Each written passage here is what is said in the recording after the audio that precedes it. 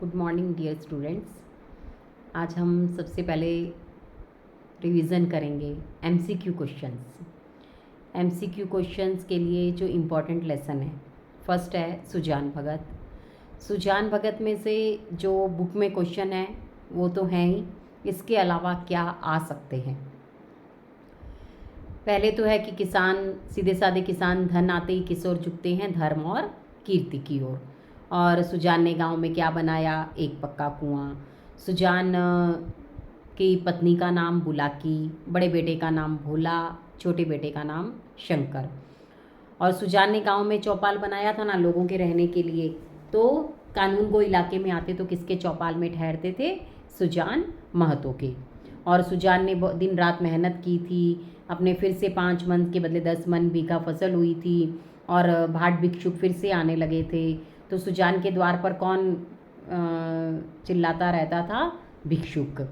और भिक्षुक के गांव का नाम क्या था कि सुजान ने उसके गांव तक पहुंचा कर दिया था ना अनाज, जो जौ भर के दिया था उसको गठरी बांध कर दी थी उसके गांव तक। उसके गांव का नाम क्या था, अमोला। और सुजान ने जब काम शुरू किया, फिर से अपने अधिकार प्राप्त किए थे, तो उसने अपने बैलों को जो खेत में लेकर जाता था उनको सहलाता था, उनको गोद में सुलाता था। तो किसकी गोद में, सुजान की गोद में सर रख के किन्हें अकथनीय सुख मिल रहा था, बैलों को। ये तो इनमें क्वेश्चन है ही। इसके अलावा क्या क्वेश्चन आ सकते हैं, वो है कि सुजान की खेती, कौन सी खेती थी, उसके खेत में कौन सी फसल हुई थी, ऊख की। और उसके हाथ में कितने हजार रुपए आ गए थे, 2000 रुपये। और ऊख से क्या बनता है, गुड़। तो गुड़ का रेट भी तेज था, इसीलिए उसके हाथ में इतने रुपए आ गए थे। और क्या आ सकता है कि सुजान कौन सी यात्रा के लिए गए थे, तो गया यात्रा के लिए। और सुजान ने गया यात्रा से क्या लेकर आए थे, गुरु मंत्र, कि वो कभी झूठ नहीं बोलेंगे। ये एक क्वेश्चन मतलब इस तरह से आ सकते हैं, बाकी जो तो आपकी बुक में है। तो ये हुआ फर्स्ट लेसन सुजान भगत। फिर है सेकंड क्वेश्चन, कौन से लेसन से आएगा, वो है थर्ड लेसन आपका, गंगा मैया। अब गंगा मैया की स्टोरी क्या है कि लेखक कौन है, बरसाने लाल। बरसाने लाल जी मतलब गंगा मैया से साक्षात्कार ले रहे हैं, इंटरव्यू ले रहे हैं। एक तरह से व्यंग्य किया गया है समाज की समस्याओं पर। रिश्वतखोरी, कालाबाजारी बढ़ रही है और प्रदूषण के बारे में इस लेसन में बताया है। तो लेखक मकर संक्रांति के दिन कहाँ थे, इलाहाबाद में। माँ कहाँ विराज रही थी, मंदिर में। अब जहाँ भी गंगा मैया है, गंगा माँ है, वहाँ पर उनका एक मंदिर भी तो रहता है, तो मंदिर में विराज रही थी और माँ के चेहरे पर उदासी थी। और लेखक प्रश्न लिख कर गए थे, माँ से पूछते हैं प्रदूषण कैसे आ गया, वो कहती है सारा संसार प्रदूषित हो गया तो मैं कैसे बच सकती थी। तो इसमें और क्या है, सत्य को, गंगा मैया ने सत्य को क्या कहा है, निर्भय। मतलब जो सच बोलता है ना, उसे किसी का डर नहीं रहता। पर व्यापारीकरण किसका हो रहा है आजकल, धर्म का। धर्म का लोगों ने व्यापार बना दिया है। असली झगड़ा किसका है, कुर्सी का। लोग किस लिए लड़ रहे हैं, असली झगड़ा तो कुर्सी का है। पर संकट किसका बना हुआ है, चरित्र का। चरित्र, अब कैरेक्टर लोगों के गिरते जा रहे हैं, इसीलिए तो अब लोग सेवा तभी करेंगे जब उनको मेवा मिलेगा, अगर कुछ मिलेगा तभी वो सेवा करेंगे। तो किसका संकट बना हुआ है, चरित्र का। इसीलिए फिर लेखक पूछते हैं अब कभी ये सब कुछ बदलेगा कि नहीं। तो माँ कहती है प्रकृति सर्वशक्तिमान है। कौन सर्वशक्तिमान है, प्रकृति। जब पतन की पराकाष्ठा हो जाती है, यानी अब ये पतन, गिरने, जो लोगों का चरित्र गिरता, पतन होता जा रहा है, गिरता जा रहा है, तो अब जब पतन सहने योग्य नहीं है तो फिर से उत्थान की किरणें फूटेंगी। तो उत्थान की किरणें कब फूटती हैं, जब पतन की पराकाष्ठा हो जाती है, जब पतन सहने लायक नहीं रहता है। तो इसमें से ये क्वेश्चन है। और इसमें से कुछ अलग पूछा जा सकता है, तो ये कि सेवा करने से अब लोग क्या बटोरने लगे हैं, तो मेवा। और पहले हमारा मूल मंत्र क्या था, सेवा ही परमो धर्म, पर अब लोगों ने क्या बना दिया इसे, मेवा ही परमो धर्म। ऐसे सब क्वेश्चन। और फिर है नेक्स्ट लेसन है मन्नू भंडारी का लेसन, एक कहानी। यह भी तो ये मन्नू भंडारी की आत्मकथा है, उन्होंने इसमें अपने पिता के बारे में बताया है कि पिता का पहले नेचर कैसा था, सब पर दरिया दिल थे, सब पर विश्वास कर लेते थे, पर किसी अपने ने धोखा दे दिया, इसीलिए अब आंख मूंद कर किसी पर विश्वास नहीं करते थे, बल्कि अब सब पर शक करने लगे थे। तो मन्नू भंडारी का जन्म कहाँ हुआ? मध्य प्रदेश के भानपुरा गांव में। अब और ये कहानी क्या है, 1947 जब भारत आज़ाद हुआ उससे पहले की स्थिति कैसी थी, और मन्नू भंडारी भी फिर राजनीति में कैसे पिता के साथ लग गई। मतलब पिता के यहाँ मीटिंग होती थी तो वो भी बैठती थी। धीरे धीरे उसकी जो हिंदी प्राध्यापिका थी शीला अग्रवाल, उसने उसे किताबें पढ़ना सिखाया, कौन कौन सी किताबें पढ़ी जाए, इससे उसकी समझ बढ़ी और उसका समझ का दायरा बढ़ा। तो अब इसमें है मन्नू भंडारी का जन्म किस गांव में हुआ? मध्य प्रदेश के भानपुरा गांव में। और अजमेर से पहले, अभी तो ये पूरी स्टोरी अजमेर की है, पर उससे पहले उनके पिता कहाँ रहते थे? इंदौर में। और इसकी बड़ी बहन, 2 साल बड़ी बहन का नाम क्या है? सुशीला। जब सुशीला की भी शादी हो गई ना, तब पिता का ध्यान इस पर गया। पहले तो पिता इसे पसंद नहीं करते थे, क्योंकि सुशीला गोरी और ये थी, तो उसी पर ही ध्यान देते थे ज़्यादा, और इससे उसकी तुलना करते थे, हमेशा कंपैरिजन करते थे। पर तब इसमें हीन भावना भी आ गई कि वह कुछ नहीं कर सकती।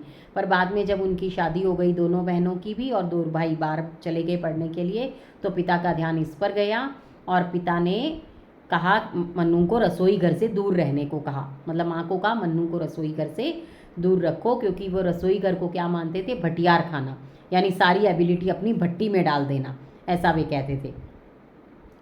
और फिर ये मतलब फिर बाद में आंदोलनों में भाग लेने लगी आज़ादी के, तो और कॉलेज में भी लड़कियों को सबको बाहर इकट्ठा करती थी, मतलब प्रोसेशन के लिए। तो प्रिंसिपल भी इससे नाराज़ थी, इसीलिए प्रिंसिपल ने मन्नू भंडारी के पिता को भी एक बार बुलाया था कि देखो हम आपकी लड़की को निकाल सकते हैं। पर मन्नू के पिता भी क्या कहकर आए थे? तब उन्होंने गर्व महसूस किया था अपनी बेटी पर, क्योंकि वह कहते थे ये तो उस पूरे देश की पुकार है कि भारत आज़ादी के लिए लड़ाई लड़ रही है ना वो। और पर फिर एक बार वह जब भाषण दे रही थी एक चौपड़ पर, यानी एक बाज़ार में अजमेर के, तब वहाँ पर भी एक दकियानूसी मित्र, पिता का दकियानूसी यानी पुराने ख्यालातों वाले मित्र ने मन्नू भंडारी के पिता से आकर उसके बारे में भला बुरा कहा, देखो आपकी लड़की को कुछ शर्म है कि नहीं, आपने इतनी आज़ादी दे रखी है। पर उसी दिन उनके घर पे एक डॉक्टर अम्बालाल, पिताजी के अंतरंग मित्र का नाम क्या है? डॉक्टर अम्बालाल।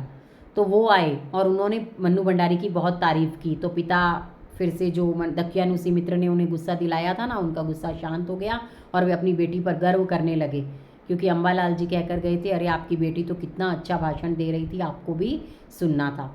और इस तरह लास्ट में भारत आज़ाद हुआ। तो शताब्दी की सबसे बड़ी उपलब्धि क्या थी? 15 अगस्त 1947। तो ये इसके क्वेश्चन है कि पिताजी रसोई घर को क्या कहते थे? भटियार खाना। और पिताजी का क्या आग्रह था? कि मन्नू रसोई से दूर रहे। और इसमें बताया है कि पहले के लोग पड़ोस कल्चर, यानी मन्नू भंडारी के आसपास के जो घर थे वो पड़ोसी भी घर की तरह थे। पर आजकल महानगर में रहने वाले लोग हम क्या भूल गए हैं? पड़ोस कल्चर। और पिताजी के अंतरंग मित्र का नाम डॉक्टर अम्बालाल। और किसका पत्र आया? प्रिंसिपल का। ये सब इसके 1 मार्क के क्वेश्चन है। और उनकी हिंदी प्राध्यापिका नाम शीला अग्रवाल, ये है। और उसके बाद है जो नेक्स्ट लेसन MCQ के लिए, वो है चीफ की दावत। चीफ की दावत किसके घर पर थी? श्यामनाथ के घर पर।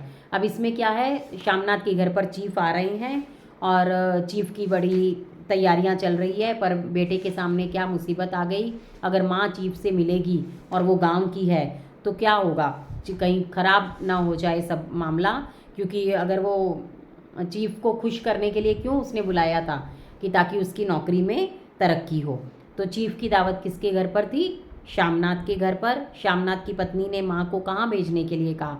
जब उन्होंने सोचा ना माँ का क्या करेंगे, तो श्यामनाथ की पत्नी ने कहा कि माँ को उसकी सहेली के घर भेज देते हैं। पर श्यामनाथ नहीं चाहते थे कहीं फिर से उसकी सहेली का घर में आना जाना शुरू हो जाएगा, इसलिए।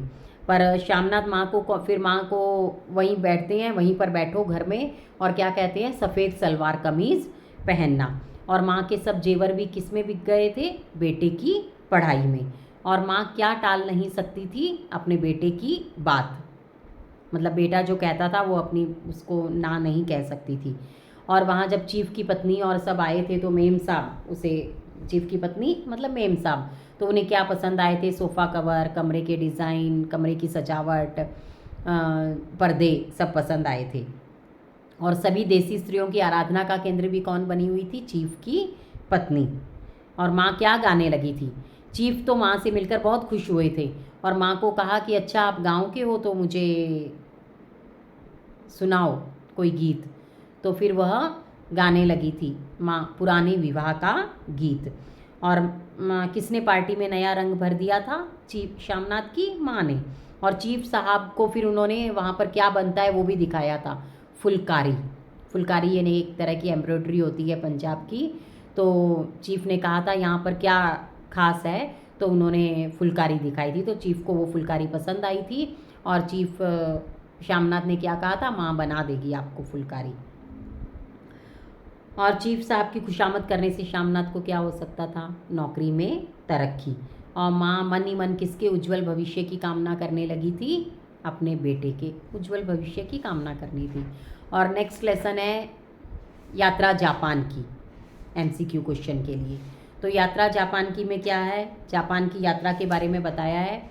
और इसमें मतलब लेखिका किस हेतु गई थी, तो हिंदी सम्मेलन में भाग लेने। अब इसमें कुछ शब्द हैं, जैसे जापानी में मिज़ू किसको कहते हैं, पानी को क्या कहते हैं, मिज़ू। और गौतम बुद्ध को क्या कहते हैं, दाय बुत्सु जापानी में। और किले को क्या कहते हैं, जो। प्लेटफॉर्म यानी रेलवे स्टेशन को क्या कहते हैं, इकी। और मंदिर को क्या कहते हैं, जी। ये आपको थोड़े ध्यान रखने हैं, 5 की जापानी शब्दों में उन्हें क्या कहते हैं। और जापान के होटलों का क्या रिवाज है, गर्म पानी देने का। जापान का गुण धर्म क्या है, शालीनता, मतलब वहाँ के लोग एकदम शालीन हैं और सबकी हेल्प के लिए भी तैयार रहते हैं और किसी दूसरे सब बातों में वो अपना वक्त ज़ाया नहीं करते। रेल में भी देखें, बुलेट ट्रेन में भी, और वो जो हम ही सफ़र करते हैं मेट्रो में, और तो वो अपनी किताबें पढ़ते रहते हैं या इसमें मोबाइल में मशगूल होते हैं, पर कोई भी इधर उधर ऐसे आवाज़ नहीं आ रही होती है। और टोक्यो यूनिवर्सिटी के निदेशक फुजीई ताकेशी। और पुस्तकालय में क्या होता है, एक अलार्म जता देता है कि आपके पास कोई छुपी हुई पुस्तक नहीं है। और लेखिका ने किसे अनुशासन प्रिय कहा है, तो जापानी लोगों को। ज़्यादातर ये जो क्वेश्चन है वो 5th नंबर पर आएगा, जापान वाला लेसन, तो आपको ऐसे ध्यान रखना है। शिंकानसेन का शाब्दिक अर्थ, ये भी इम्पोर्टेंट क्वेश्चन है। शिंकानसेन का शाब्दिक अर्थ है न्यू ट्रंक लाइन यानी बुलेट ट्रेन। अब बुलेट ट्रेन के बारे में भी क्वेश्चन पूछा जा सकता है कि बुलेट ट्रेन कितने डब्बों की गाड़ी है, तो कितनी है, 16 डिब्बों की गाड़ी है और 1300 यात्री इसमें सफ़र कर सकते हैं। और इसकी 1300 फीट लंबी है, 1300 यात्री सफ़र कर सकते हैं, 1300 फीट लंबी है। और इसमें कितने मोटर जनरेटर लगे हुए हैं, 40। और इसमें हर रोज़ कितने कर्मी काम करते हैं, 8600 इसके संचालन में रोज़ इसका उपयोग होता है, कार्यक्षमता का उपयोग इसके संचालन में प्रतिदिन लगता है। तो ये इसके क्वेश्चन है। ये सब हुए फर्स्ट 5 MCQ क्वेश्चन जिन जिन लेसन में से आएंगे।